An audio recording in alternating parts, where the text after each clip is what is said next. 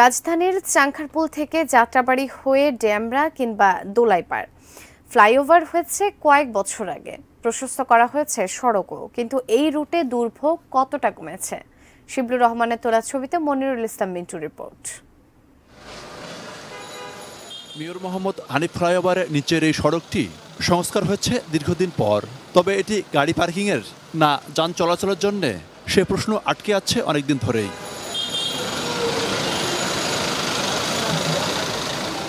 উল্টাপাল্লা গাড়ি রাখে, গাড়ি হলার উল্টাপাল্লা গাড়ি ঢুকায় জাম লাগাই যায়। গাড়ি রাখার জায়গা তো পাচ্ছি না। রাস্তার উপরে গাড়ি রেখে কুমিল্লার গাড়িগুলো রাস্তা জাম করে ফেলায়। গুলিস্তান এবং সায়দাবাদ টার্মিনালের বাসগুলো যেখানে সেখানে থামিয়ে যাত্রী তোলা যেন নিত্যদিনের, ফলে যানজট প্রায় সব সময়। অনেক কিছুর পরিবর্তন হলেও যাত্রাবাড়ী এলাকার কোনো পরিবর্তন হয়েছে কি? বিশৃঙ্খল ফুটপাত এবং সড়কের বড় একটি অংশ রিক্সা, অটোরিকশা এবং লেগুনার দখলে। দূরপাল্লার কিংবা লোকাল সব যানবাহনই মাঝ সড়কে থামিয়ে যাত্রী তোলে। কোনো লাভ নেই, অযথা আপনার এখানেই হচ্ছে, আর চাঁদাবাজি তো হচ্ছেই। জনগণের আছে, আইন রক্ষাকারীও আছে, আমরা জনগণের সতর্ক হইতেছে না, আর আইনকারীও মনে করেন রক্ষা করতেছে না। মেয়র হানিফ ফ্লাইওভারের উপরের অবস্থাও কি স্বস্তিকর? চানখারপুল থেকে শনিরাখার দিকে দুর্ভোগ কম থাকলেও ফিরতি পথে যানজট নিত্যদিনের।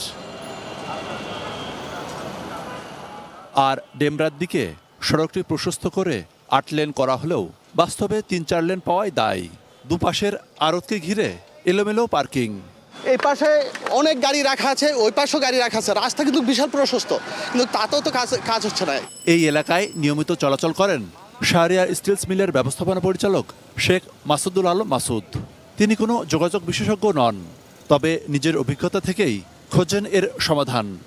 সায়দাবাদ বাস স্ট্যান্ড থেকে গাড়িটা বেরিয়ে আইসা এইখানে দেখেন এই যে গাড়ি স্ট্যান্ড করে এখান থেকে প্যাসেঞ্জার নিচ্ছে, এই গাড়িগুলি যদি এইখান থেকে পার হয়ে ফ্লাইওভারটা পার হয়ে অতিক্রম করে যদি প্যাসেঞ্জার নেয়ও, তাহলে কিন্তু অসুবিধা হয় না, এই যানজটটা থাকে না। অন্যদিকে দক্ষিণাঞ্চলের 21 জেলার পরিবহনগুলোর কাউন্টারে সয়লাব, দোলাইরপাড় এলাকা, ফলে যানজট সেখানেও।